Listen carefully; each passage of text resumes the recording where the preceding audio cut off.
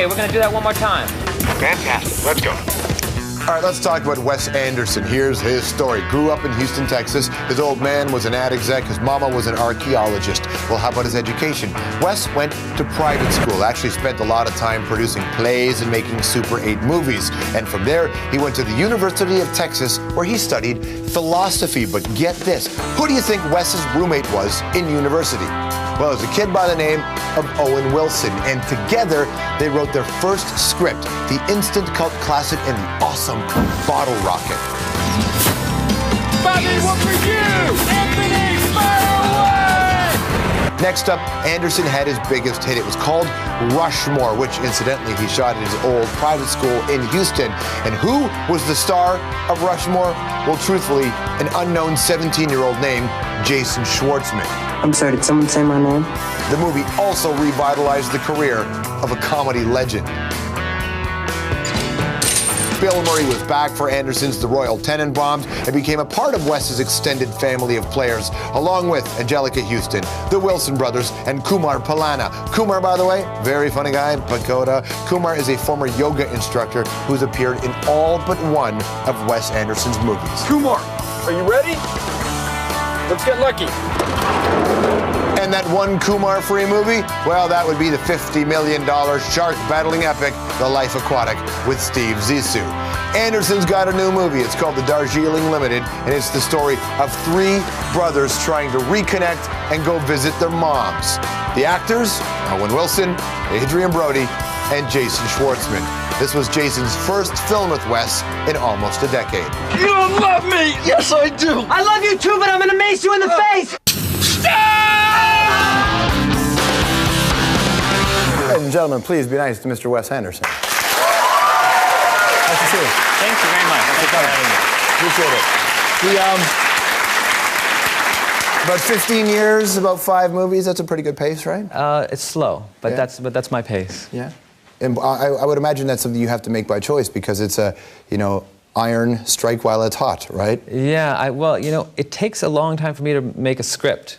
This new movie, Darjeeling Limited, we spent almost 2 years writing the script. Jason Schwartzman, Roman Coppola, and I. But it was, we weren't in a hurry. Mm-hmm. We went to India together to write it, and we kind of made an adventure out of it. We had a good time doing that. Yeah, you also made it difficult for yourself in a sense. How many days did you shoot on an actual train? We shot for a month, I guess, on a train. I didn't want to take everybody to India and then go work on a sound stage. I wanted to, if we're going to be in India, let's see it. And since the first third of the movie is on a train in a little compartment, I thought, well, let's make that compartment on a real train, and every day we'll go out into the desert and really see India. It's one of those things where if you miss your call in the morning, the set's gone. That could happen. You can't be late. No. You're 3 very different personalities on that train, man. I'm not counting yourself, the fourth, but you've got Owen, who's got his story. You've got Adrian, who has had a hell of a run the last few years, and of course Jason, who's kind of a legend as far as it. And you and him in Rushmore, perfect combination. How do you balance 3 guys like that on a film? I think the thing with that one was I had organized it where we would all live in a house together. And they didn't have trailers. There was no makeup department on the set. It was like a student film. Mm-hmm. So they were together all the time. We were all together all the time. They got to know each other. Jason and Owen already knew each other because Jason and I have known each other 10 years, and Owen and I have known each other 20 years, and we've all been around each other. Mm-hmm. But Adrian was new, and he really joined in, and they became like brothers. Did you have any hesitation as you work with? You have this comfort zone of actors who really understand your kind of films, but. Did you hesitate at all bringing a new guy in, like Brody? No, I always bring some new people in. I want to expand my group of people. I like to work with my friends. And I think that, that in a way that if the people who are working on the movie are friends, it can go in, you can feel it on screen, I think, to some degree. But I also want to have new people and kind of expand that group. And Adrian's somebody who I've admired for years and years. So I didn't have any hesitation about that. We wrote it for him. Oh, there you go. I don't want to ask you about Owen until I get to ask Owen first, because I would think it wouldn't be fair for you, because if my friend went through that, I would. But at the same time, I was watching the film, and there was this moment where Owen's character talks about how he tried to kill himself in this movie, and I watched and went, Oh, well, there's your life and art moment. Yeah. And I thought, for you as a friend, what a really interesting position, tragic position for you to experience. Yeah, well, it's, you know, I mean, it's too complicated to even try to even begin to talk about, but I think it is the thing. He'll speak for himself much better than anybody else will, and he's doing very well, and he was great in the movie, and we had a great time together. He came to the premiere? Yes, Yep. yeah, last week. So you talked to him, he's okay as a friend? Oh yeah, I know, I've seen him all the time and talked to him all the time. Oh, there you go. And he's so very good. You try to expand the actors you work with. You've worked wonderful with the Wilsons and with Jason. Is there somebody who you're trying to get who won't do one of your films? It happens all the time. Yeah. You know, I've written parts for people and they wouldn't do them. You know, the Royal Tenenbaums, a couple of movies ago, I wrote a part for Gene Hackman, and I couldn't get it. I spent 2 years convincing him to do it. And finally, I just I don't even know how I got him. He just finally broke down and said yes. And there he was. And he was angry. And I think he got robbed at the Oscars, you know, when he didn't get that Oscar. He did a great job. Do you pick the kind of actors that can teach you about how to direct? Because your movies feel like your movies, as I said off the top, and I wonder, that there's a danger in that as well. You know, you don't want to be where your head's too far up your own ass that you can't expand your own vision. Right. You know, I think working with somebody like Gene, you learn all kinds of things all the time. And yeah, definitely. That's one of the things about, you know, working with friends, it gives you a real comfort zone, but sometimes you want to make sure you don't get too comfortable. So that's what, you know, and somebody like Gene Hackman, you've got to adapt to him. You've got to pay attention and adjust and, you know, and listen.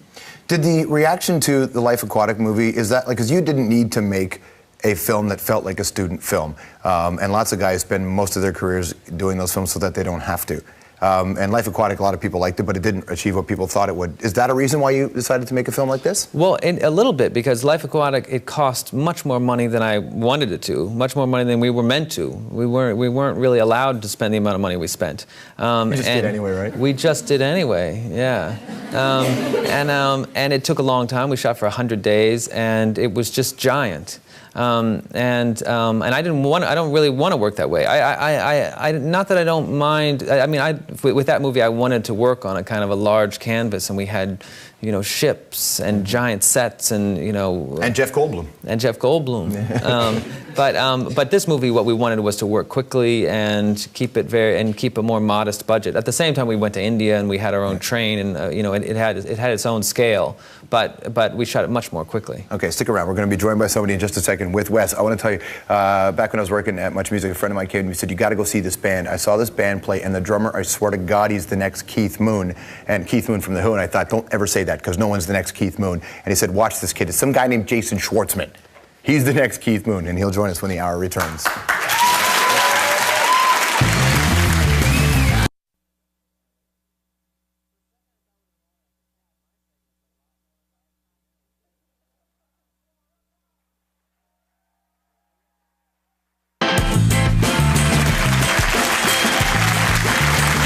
All right, you're back here on the hour. Wes Anderson, joined by Jason Schwartzman, who's worked with him several times over the years, and of course in this new film as well. Welcome to the show, man. Thank you for having me, sir. I appreciate How are it. things? What's going on? Great. I'm happy to be here right now. This is totally wild. Well, how do you find time to act? What with all the music you make?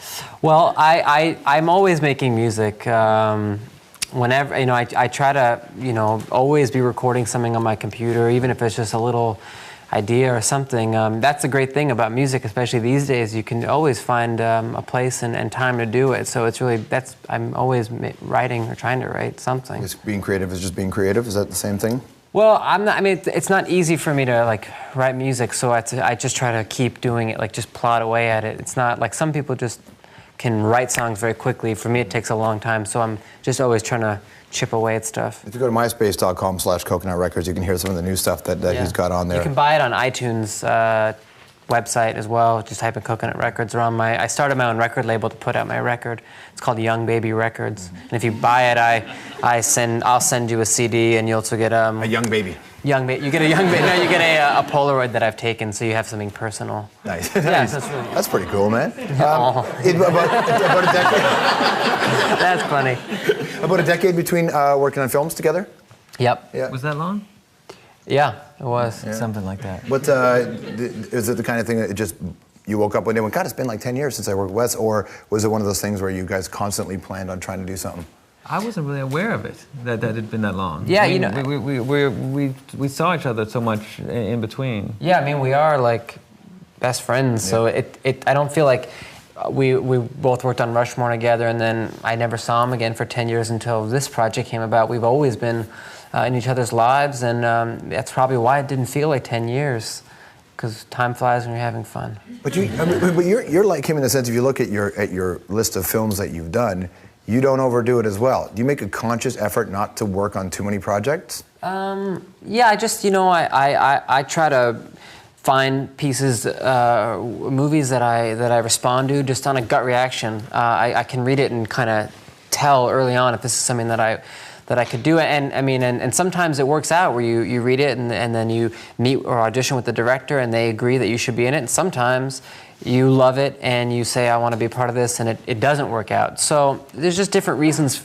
over the years why I've done the movies I've done and I haven't done the movies I haven't done. When you direct a film on a script that you've written with somebody else, and that somebody else is in the film. Yeah, him. It's only happened once. What's that like directing him, because he knows the character too? It's funny because, we spent, a couple of years working on the script, and we made a short film, which he's in, where he plays the same character. Which we can't see in Canada, by the way. We're going to get that for you, though. We're going to get that. We're going to put it online here. We're going to add it to the prints in the theaters here. We're going to solve that problem. That's a promise from us to you.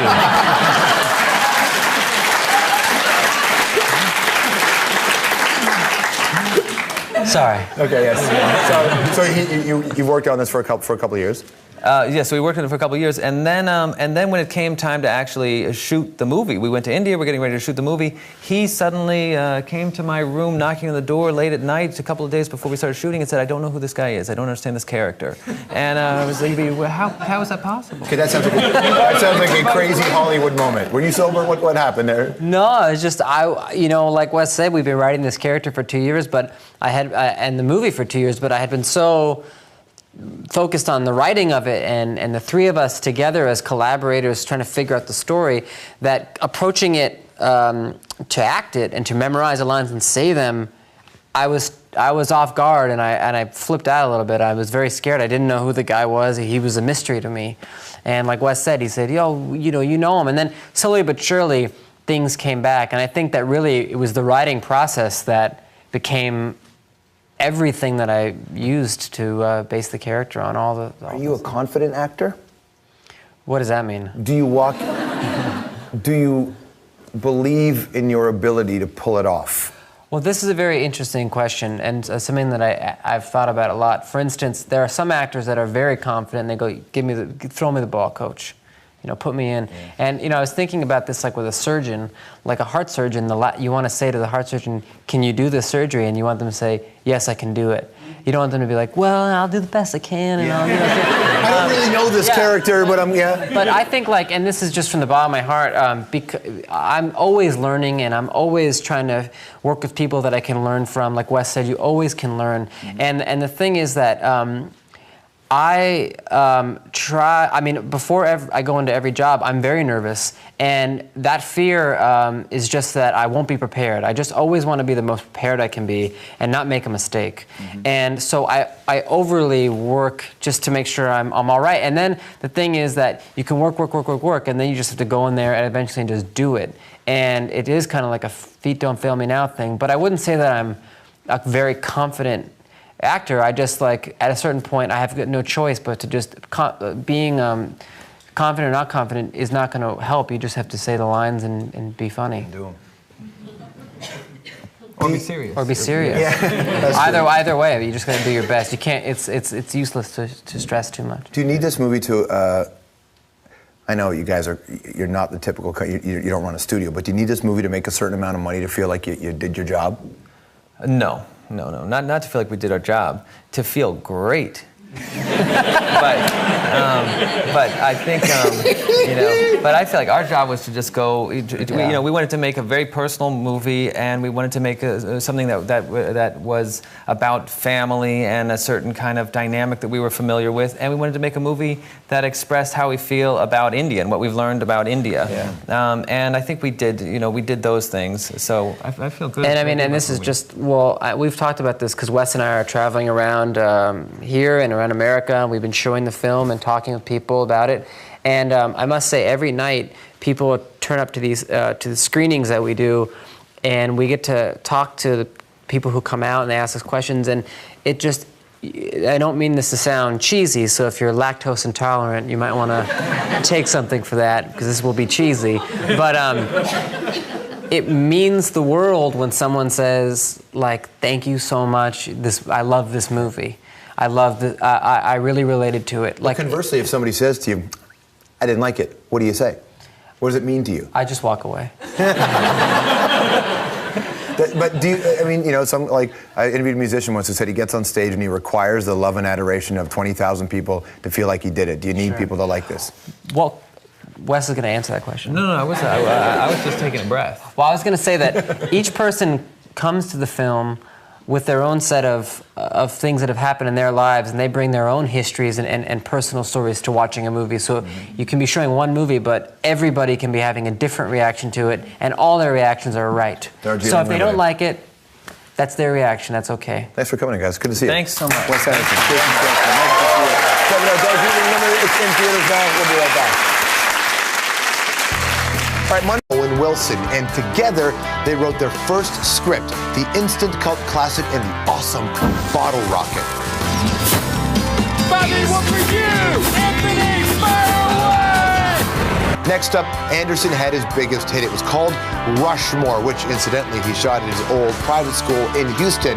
And who was the star of Rushmore? Well, truthfully, an unknown 17-year-old named Jason Schwartzman. I'm sorry, did someone say my name? The movie also revitalized the career of a comedy legend.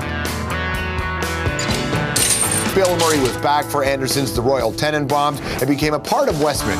This was Jason's first film with Wes in almost a decade. You don't love me! Yes, I do! I love you too, but I'm gonna mace you in the face! Ladies and gentlemen, please be nice to Mr. Wes Anderson. Nice to see you. Thank you very much. Appreciate it. About 15 years, about 5 movies. That's a pretty good pace, right? It's slow, but Yeah. that's my pace. Yeah. And I would imagine that's something you have to make by choice because it's a, iron strike while it's hot, right? Yeah, well, it takes a long time for me to make a script.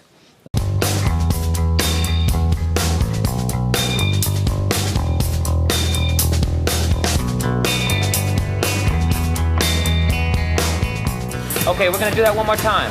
Fantastic. Let's go. All right, let's talk about Wes Anderson. Here's his story. Grew up in Houston, Texas. His old man was an ad exec. His mama was an archaeologist. Well, how about his education? Wes went to private school. Actually spent a lot of time producing plays and making Super 8 movies. And from there, he went to the University of Texas, where he studied philosophy. But get this, who do you think Wes's roommate was in university?